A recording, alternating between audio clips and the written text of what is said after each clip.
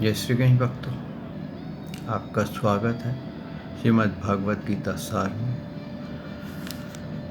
वसुदेवं सुतं देवं कंसचाणूरमर्दनं देवकी परमानन्दं श्रीकृष्ण वन्दे जगद्गुरु।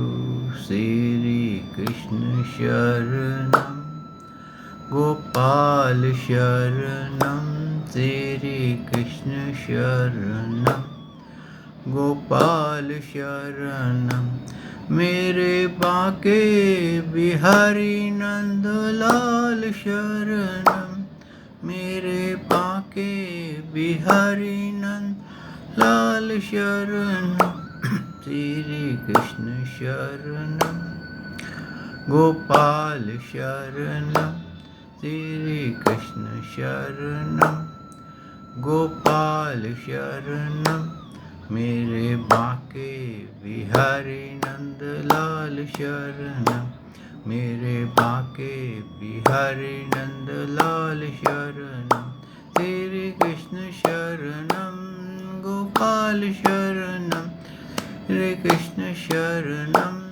गोपाल शरणं मेरे बाके बिहारी नंदलाल शरणं मेरे बाके बिहारी नंदलाल शरणं श्रीकृष्ण शरणं गोपाल शरणं मेरे बाके बिहारी नंदलाल शरणं मेरे बाके बिहारी नंदलाल शरणं। बोल भगवान श्री कृष्ण की जय, श्री नंद के लाला की जय, श्री देवकी नंदन श्री कृष्ण की जय, श्री द्वारकाधीश भगवान श्री कृष्ण की जय। बोल देवादिदेव पूर्ण ब्रह्म भगवान श्री कृष्ण की सदा ही जय। जय श्री गणेश भक्तों, आपका स्वागत है श्रीमद् भागवत गीता सार में। भक्तों, भगवान ने इस अध्याय में ये संदेश दिया कि मानव बहुत सारे अहंकारों में फंसा हुआ है। ज्ञान का अहंकार, धारण शक्ति का अहंकार, बुद्धि का अहंकार, कर्मों का अहंकार, अनेकों उसमें फंसा हुआ है। लेकिन ये जितने भी अहंकार हैं ये 3 गुणों के कारण होते हैं भक्तों। और इन अहंकारों से जब तक मानव बाहर नहीं आएगा तब तक उसको मोक्ष की प्राप्ति नहीं होगी, उसके बंधन नहीं खुलेंगे, उसके चक्र नहीं खुलेंगे, उसकी कुंडलिनी शक्ति जागृत नहीं होगी। और इसका भेद भगवान ने ये कहा है कि इसका सबसे बढ़िया इलाज ये है कि अपने आप को सात्विक गुण में लाओ। और सात्विक गुण में आने के लिए आपको अपने विचारों सहित, अपनी एक्टिविटीज़ के सहित, अपने भोजन का, मन, वाणी, शरीर से जितने भी आप कर्म करते हैं उन सब से को आपको चेक करते रहने का है कि मैं क्या कर रहा हूँ। सात्विक भोजन कीजिए, कहते हैं अपनी रेगुलर स्लीप लीजिए, बहुत ज़्यादा सोइए नहीं, बहुत ज़्यादा जागिए नहीं, बहुत ज़्यादा पेट भर के खाइए नहीं। और ऐसा भोजन जो कि आपको एनर्जी दे लेकिन आपको हैवीनेस ना दे, सात्विक भोजन कीजिए।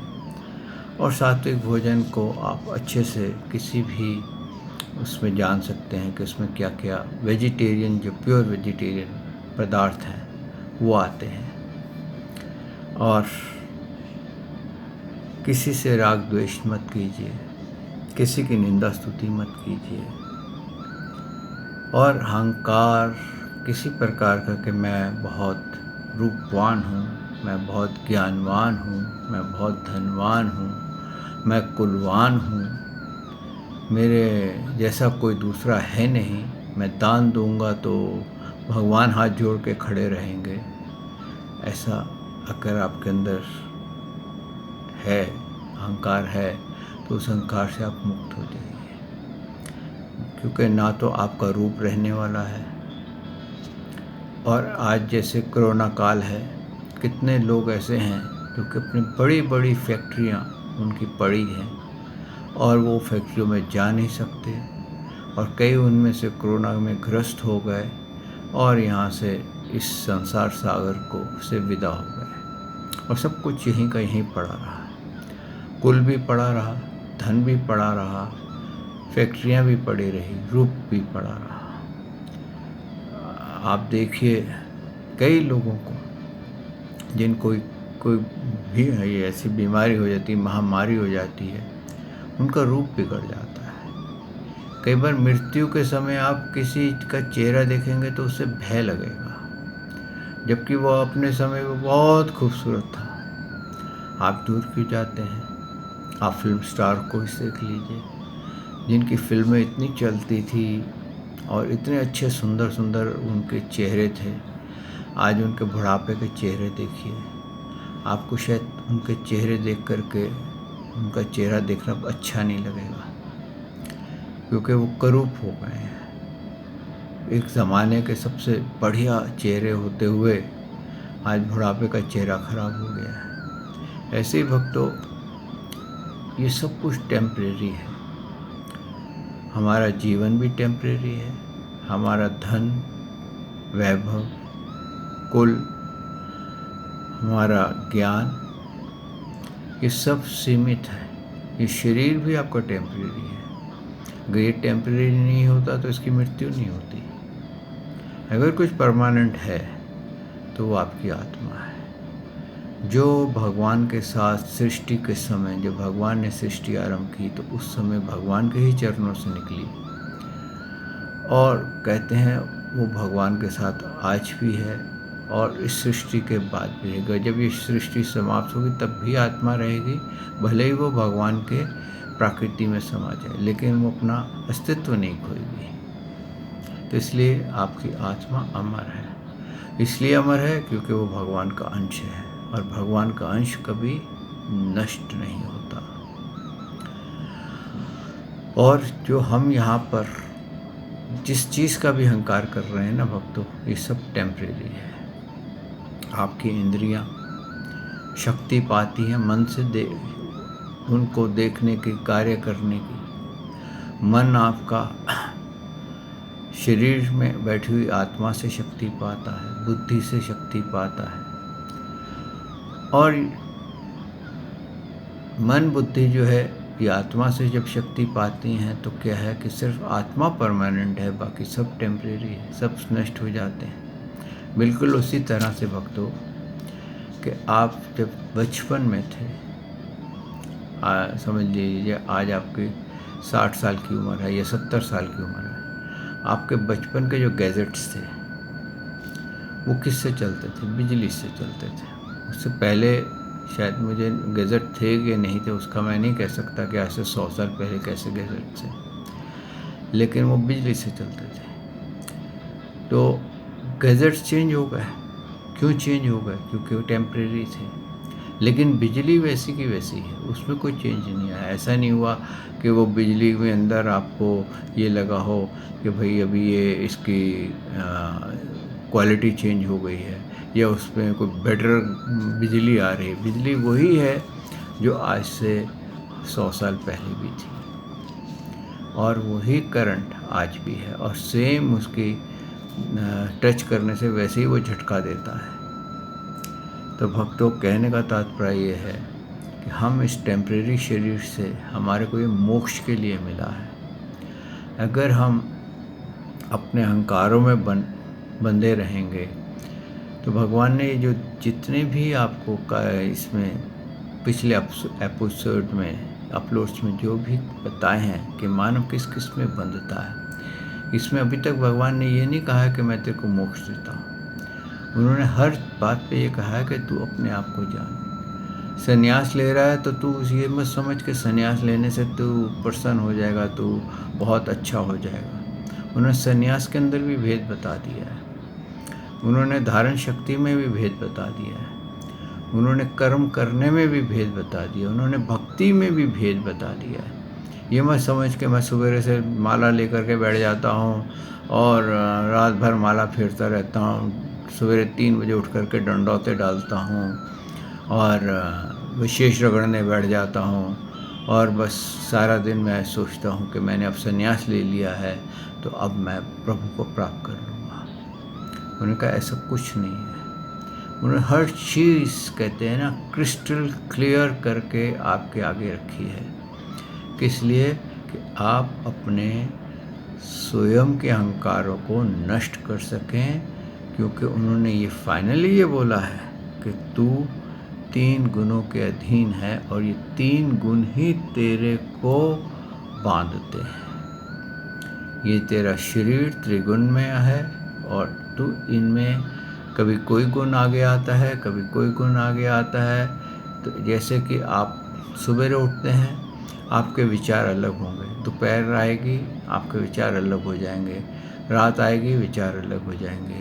तो ये सवेरे अगर आप सात्विक गुण में आपका विचार है, क्योंकि आप सुबह उठे, भगवान के नाम कीर्तन किया, तो आप सात्विक में आए। दोपहर में उसके बाद आपने ब्रेकफास्ट किया, अपने काम धंधे पे गए, आप राजसिक उसमें आ गए। शाम को आए और आपने सोचा चलो थोड़ी एक ड्रिंक ली जाए, थोड़ा नॉनवेज खाया जाए और आज आनंद किया जाए, पिक्चर देखी जाए, कहीं होटल में जाया जाए, तो आप तामस में आ जाएंगे। तो आपके क्या हुआ? आप तो एक ही हैं, लेकिन आपके विचार कितने पलटे। सुबह क्या विचार था और शाम तक क्या विचार हो गए। तो ये सारे के सारे जो भी हैं भक्तों, इसको भगवान ने कहा है कि ये गुणों के कारण होते हैं और जो इनसे परे हट निकल जाता है, इनसे बाहर आ जाता है, वो मेरी परम भक्ति यानी पराभक्ति को प्राप्त कर लेता है। वो भक्ति जो तेलधार भक्ति होती है कि आप कुछ भी कार्य करते रहें, आपका मन प्रभु का चिंतन में लीन रहता है। और ये नहीं कि आपके कार्य बंद हो जाते हैं, आपके कार्य वैसे ही चलते हैं, कुछ फ़र्क नहीं पड़ता, आप ऊपर से वही कार्य करते हैं। जैसे वो एक है ना कि कोई प्रेम करने वाले होते हैं और वो घर में वैसे ही कार्य करते हैं, लेकिन अंदर से चिंतन अपने प्रेमी का करते हैं। तो ऐसे ही सब कार्य आप करते हैं, लेकिन चिंतन भगवान का होता है। ऐसे ये पराभक्ति जो थी ना भक्तों, ये गोपियों को मिली थी, मीराबाई को मिली थी। खैर मीराबाई की भक्ति उजागर हो गई थी, गोपियों की भक्ति उजागर नहीं हुई थी। वो सब कार्य करती हुई प्रभु का चिंतन करती रहती थी, लेकिन उनके कार्य में कोई अंतर नहीं आया था।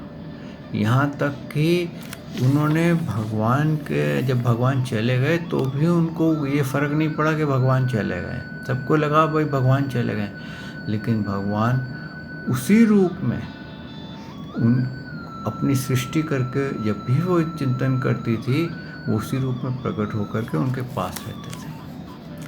और यही उद्धव जी को जब उन्होंने दर्शन कराए, जब उद्धव जी उनको ज्ञान देने के लिए आए, अगर आपने भागवत का श्रवण किया है, तो उद्धव जी जो थे वो परेशान हो गए थे कि ये क्या प्रभु, वहाँ तो आप मथुरा में बैठे हो और यहाँ पर सब जगह पर आपका रूप नज़र आ रहा है। तो इसलिए भगवान ने कहा है कि कोई भी इस सृष्टि में ऐसा नहीं है, कोई देवी देवता, कोई आकाश में, पाताल में, कहीं भी सृष्टि में कोई भी ऐसा नहीं है जो 3 गुणों से बाहर हो। तो आप समझ लीजिए, अगर कोई बाहर है 3 गुणों से तो वो परमात्मा है, जिसको कि 3 गुण अफेक्ट नहीं करते। और वो परमात्मा है जो सृष्टि से पहले भी थे, आज भी हैं और सृष्टि के बाद भी रहेंगे। श्री कृष्ण।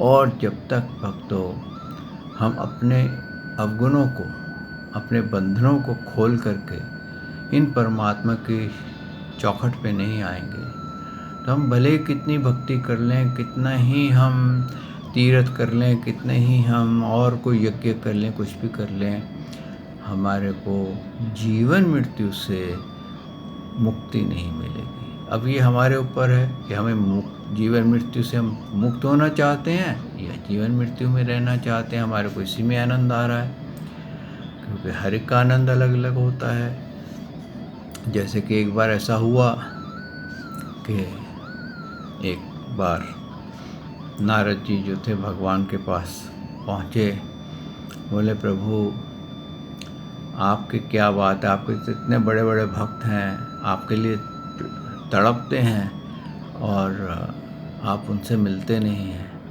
उन्होंने कहा नारद इस समय स्वर्ग में एक आसन खाली पड़ा है और सब परेशान हैं कि स्वर्ग का आसन कभी खाली नहीं होना चाहिए। तू मेरा एक काम कर। बोले क्या प्रभु? तू यमराज जी को साथ ले जा, अपना भेष बदल ले और यमराज भी अपने भेष बदल लेंगे, और जो जीव आत्मा, तू मेरी बात कर रहा है ना, मैं तेरे को स्वर्ग की बात बता रहा हूँ, जो जिसके लिए लोग दीवाने हैं, आनंद के दीवाने हैं, तू धरती पे जा और उनसे कह स्वर्ग में एक आसन खाली है, उस आसन के लिए एक आत्मा जो है वो वहाँ पर विराजमान होगी। और कोई भी योनि का हो, ये नहीं कि मानव हो, कोई भी हो, जो तेरे को अच्छा लगे ना, उसकी आत्मा को वहाँ से उसे कहना कि शर्त ये है शरीर त्याग के जाना पड़ेगा। तो नारद जी बोला अरे क्या बात करते हो महाराज, वहाँ तो स्वर्ग में भीड़ लग जाएगी, मैं तो एक को कहते मैं तो लाखों ले आऊँगा, कि तू जा तो से।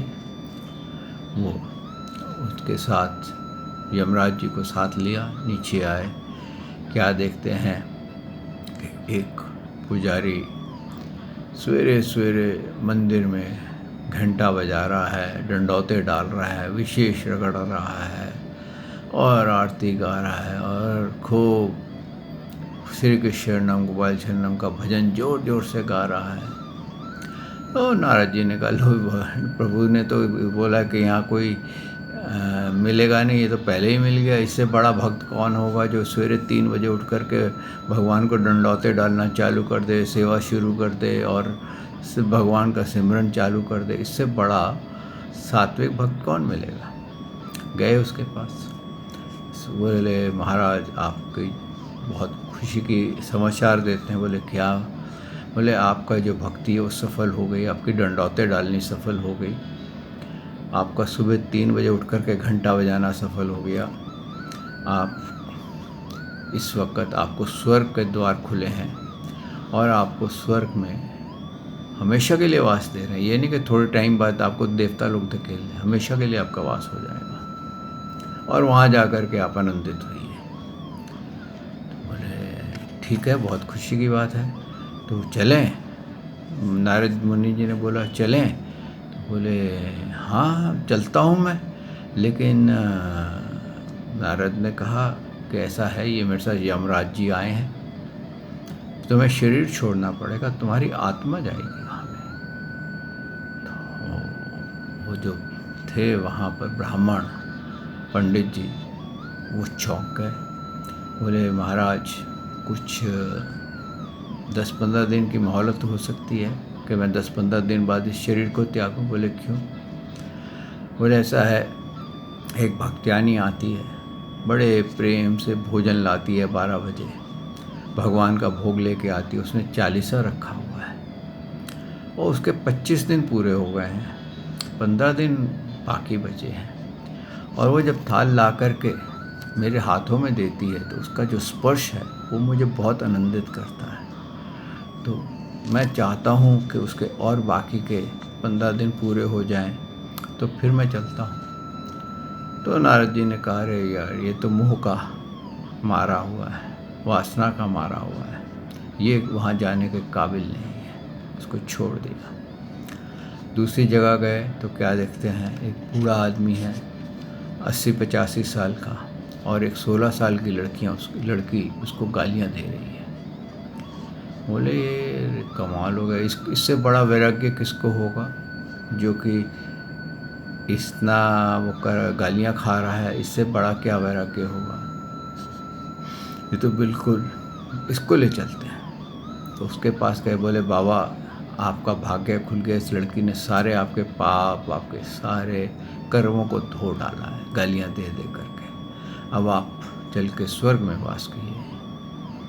बोले महाराज कुछ समय के लिए मोहलत मिल सकती है। बोले क्यों? बोले ये जो लड़की मेरे को गालियाँ दे रही है इसके साथ मेरा अभी अभी शादी हुई है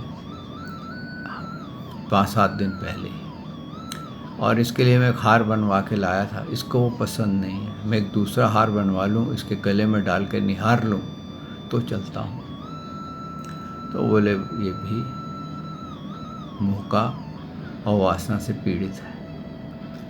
आगे गए तो क्या देखते हैं, एक सूअर जिसको डुक्कर भी कहते हैं गटर में लेटा हुआ है और मल खा रहा है।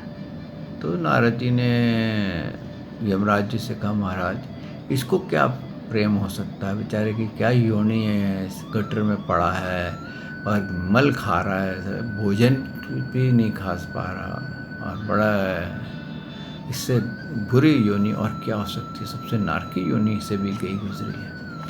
बोले क्या करना है? बोले इसकी थोड़ी आत्मा को बाहर निकाल के बात करते हैं, इसको ले चलते हैं, इसको क्या यहाँ मोह होगा। उसकी आत्मा को उन्होंने बाहर निकाल के उससे बात की, उससे बोला भाई ऐसा है कि तेरे को ये शरीर त्याग करके स्वर्ग चलना है, वहाँ पर तेरा वास होगा और पवित्र स्थान में रहेगा तू और सदा के लिए रहेगा। तेरा ये योनि जो तेरे को शुक्र योनि मिली है महापाप करने के कारण, उससे तू मुक्त हो गया। वो कहने लगा महाराज क्या बात करते हो, जो आनंद गटर में लेट करके मल खाने में है वो स्वर्ग में कहाँ। आप एक बार मेरे साथ शुक्र का रूप धारण करके गटर में लेटो और फिर मल खाओ, देखो कितना आनंद आता है, फिर आप स्वर्ग को भी भूल जाओगे। तो नारद मुनि जी ने कहा महाराज चलो वापस चलो, यहाँ से कोई भी जीव मोक्ष नहीं चाहता है, वो अपने बंधनों में ही प्रसन्न है, अपने विषयों में ही पसंद है, इसके अलावा और कुछ नहीं है। वो भोगों को ही आनंदित मानता है, टेम्परेरी भोग हैं लेकिन उनमें ही इतना आनंदित है कि उसको मोक्ष की आवश्यकता ही नहीं होती है।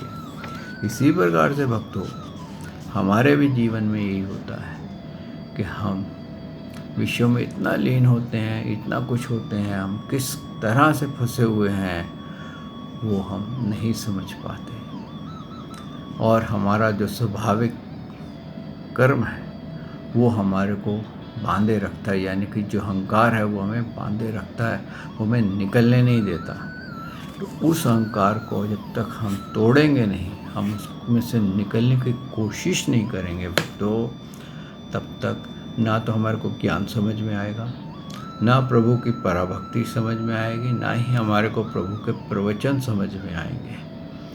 क्योंकि भगवान अपने जीव से बहुत प्रेम करते हैं, हर तरह से जीव को ये संदेश देते हैं कि तू इस मानव देह जो टेम्परेरी तेरे को मिली है, तू रोज़ देखता है एक पैदा होता है एक मरता है, और सब संसार में हर वक्त ऐसा सृष्टि चक्र चलता है, इससे तू लाभ उठा सकता है। ये मानव देह मोक्ष का द्वार है, लेकिन जिसके लिए देवता भी ललायत हैं, पर तू इस शरीर को पा करके भी महज एक जानवर की तरह आहार निद्रा भय मैथुन के चक्कर में इस पवित्र शरीर को मोक्ष के द्वार को पाकर के भी व्यर्थ कर देता है। और यही भगवान ने अर्जुन से भी कहा कि तू अगर मुझ में चित्त वाला हो, तू मेरी कृपा से समस्त संकटों से अनायास ही पार कर जाएगा। यदि अहंकार के कारण मेरे वचनों को नहीं सुनेगा तो नष्ट हो जाएगा, अर्थात परमार्थ से भ्रष्ट हो जाएगा। कि अगर हम फिर भी इतने भगवान का ज्ञान सुनने के बावजूद भी अगर हम अपना उद्धार नहीं करते तो भगवान कहते हैं ठीक है पड़ा रहा भाई, एक नहीं तो यहाँ तो 84 लाख योनियाँ हैं, अगर एक दिन के लिए एक योनि में भी जाएगा तो 23,000 साल बाद निकलेगा। तो अब तू खुद ही इसका विचार कर। फिर बाद में भगवान ने अर्जुन को फिर कहा, यथंकारमाश्रित्य न योत्से इति मन्यसे मिथ्या एष व्याप्सायस्ते प्रकृति त्वाम नियोक्ष्यति। जो तू अहंकार का आश्रय लेकर यह मान रहा है कि मैं युद्ध नहीं करूँगा, तेरा यह निश्चय मिथ्या है, क्योंकि तेरा स्वभाव तुझको ज़बरदस्ती युद्ध में लगा देगा। अब यहाँ पर भगवान ने बहुत बड़ा रहस्य खोला है कि जो पैटर्न्स हम में बन गए हैं, अगर हम उसको करेक्ट नहीं करेंगे, अगर हम उसमें से नहीं निकलेंगे और अगर हम उसको क्लीनिंग नहीं करेंगे, अपनी सफाई स्वयं नहीं करेंगे, तो हमारे जो पैटर्न्स बन गए, जो हमारा स्वभाव बन गया, भले ही हम भक्ति कर लें, भले ही हम सवेरे उठ के डंडौते डाल लें, भले ही हम विशेष रगड़ लें, भले ही मालाओं को पॉलिश करने बैठ जाएं, तो वो हमारे को इच्छाओं से, हमारे को वर्ल्डली अफेयर से नहीं निकलने देगा, ज़बरदस्ती उसमें लगाए रखेगा। ये कहने का यहाँ पर ये तात्पर्य है। आप ये मत समझिए कि आप ले लिया, संन्यास ले लिया तो आप सब बंधनों से मुक्त हो गए, लेकिन तुम्हारा जो बेसिक स्वभाव है, जो तेरा अहंकार है, वो तेरे को, जिसको अर्जुन को बोला है कि तू बैठा हुआ देख नहीं सकता, तू ज़बरदस्ती युद्ध में चला जाएगा, ऐसे ही हमारी जो इंद्रियां, मन इंद्रियां जो विषयों में फंसी पड़ी हैं, वो कभी भी हमारे को बाहर निकलने नहीं देंगी जब तक कि हम उसकी करेक्शन नहीं करेंगे। नहीं तो वो ज़बरदस्ती हमारे को, भले ही हम संन्यास ले लें, भले ही हम कुछ कर लें, हमारे को ज़बरदस्ती हमारे को भोगों में लगा देंगी। तभी आप देखिए कितने बड़े बड़े मठाध्यक्ष थे, आज बड़े घर में बैठे हैं, कुछ न कुछ उनसे क्राइम हो गए हैं। और ये इस क्यों हो गए हैं? क्योंकि अहंकार था कि हमने सब कुछ जीता हुआ है, लेकिन इंद्रियां तोड़ दिया। तो इस तरह से उन्होंने आगे कहा है, हे कुंती पुत्र, जिस कर्म को तू मोह के कारण करना नहीं चाहता, उसको भी अपने पूर्वकृत स्वाभाविक कर्मों से बंधा हुआ परवश होकर करेगा। यहाँ पर भगवान ने पूरा रहस्य खोल दिया कि अगर तू ये सोचता कि मैं अहंकार के कारण, मैंने तो अपना सिर मुंडा लिया है, मैंने तो अपने वस्त्र पलट लिए हैं, ये कर लिए हैं और सब कुछ मैंने छोड़ दिया है, और तू सोचता है मेरे को संन्यास और मेरे को भक्ति, मैं 100 डंडौते डालता हूँ, ये करता हूँ, लेकिन तेरा मन इतना दृढ़ है और इतनी इंद्रियाँ इतनी स्ट्रॉन्ग हो जाएंगी कि अगर तूने अपने आप को करेक्शंस नहीं करी, अपने आप के बंधन नहीं खोले, तो तू ज़बरदस्ती जैसे बंधे एक जानवर को बांध के लाया जाता है, इस तरह से ये तेरे को मन और इंद्रियां बांध करके ज़बरदस्ती युद्ध में लगा देंगे और तू ना चाहते हुए भी वो कर्म करेगा। बहुत सारे आप देख लो, सन्यासी जो होते हैं, दूसरे होते हैं, बड़े हाई कैरेक्टर आदमी होते हैं, लेकिन कई बार उनका किसी न किसी कारण से वो इंद्रियों के इतने बस में अधीन हो जाते हैं, उनको पता ही नहीं चलता कि हमने ये क्राइम कर दिया है। तो इस प्रकार से भक्तों कहते हैं कि आप अगर अपने बंधन खोलने में असमर्थ हैं किसी कारण से, तो आप कोशिश कीजिए, बार बार कोशिश कीजिए। एक दिन में नहीं खुलेंगे भक्तों, कई बार तो एक योनि में भी नहीं खुलते, लेकिन अगर आप एक बार खोलना शुरू करेंगे तो भगवान कहते हैं कि मैं बार बार ऐसे जीवन में तेरे को लेकर जाऊंगा जहाँ पर तू अपने आप को पूरा खोल लेगा, पूरी भक्ति से लैस हो जाएगा, मोक्ष पा जाएगा। ये मत समझ कि अगर इस जीवन में तेरे अंदर कोई कमी रह गई तो तेरा जितनी तूने साधना की, जितनी भी तूने परिश्रम किया, वो खराब हो जाएगा। जो तूने परिश्रम किया, भक्ति की, भक्ति कभी नष्ट नहीं होती, वो तेरे साथ अगले जन्म में चली जाएगी, अगले योनि में चली जाएगी, और अगली योनि में जा कर के फिर तू मेरी भक्ति करेगा, और जो बचे खुचे तेरे पाप कर्म हैं उनसे भी तू मुक्त हो जाएगा। आइए भक्तों, यहाँ वाणी को विश्राम देते हैं। कल प्रभु ने चाहा तो मैं आपकी सेवा में हाजिर होऊंगा।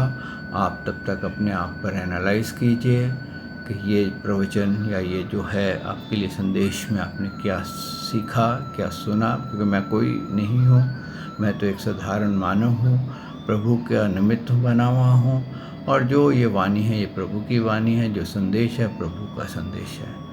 तो इसलिए इस पे आप शोध कीजिए, एनालाइज कीजिए और इस पे आप अपना कल्याण करने की कोशिश कीजिए, अपने बंधन खोलने की कोशिश कीजिए, क्योंकि ये योनि जो आपके पास इस वक्त है, मानव योनि, ये आपको बार बार नहीं मिलेगी। और अपनी एज के ऊपर ध्यान मत दीजिए कि मेरी तो इतनी एज हो गई, अब मैं क्या करूं। एज के ऊपर ध्यान मत दीजिए, जब आँख खुली तभी सवेरा। और कई बार तो कहते हैं ना, लास्ट मोमेंट पे आदमी मोक्ष पा जाता है। ऐसे बहुत से केसेस हैं कि लास्ट मोमेंट पे उनके मुख से ओम निकल गया, श्री कृष्ण निकल गया और वो मोक्ष पा गए। आइए भक्तों, वाणी को विश्राम देते हैं। कल प्रभु ने चाहा तो आपकी सेवा में हाजिर होऊंगा। श्री कृष्ण शरणम गोपाल शरणम, श्री कृष्ण शरणम गोपाल शरणम, मेरे बाके बिहारी नंदलाल शरणम, मेरे बाके बिहारी नंदलाल शरणम, श्री कृष्ण शरणम गोपाल शरणम, श्री कृष्ण शरणम गोपाल शरणम, मेरे बाके बिहारी नंदलाल शरणम, मेरे बाके बिहारी नंदलाल शरणम।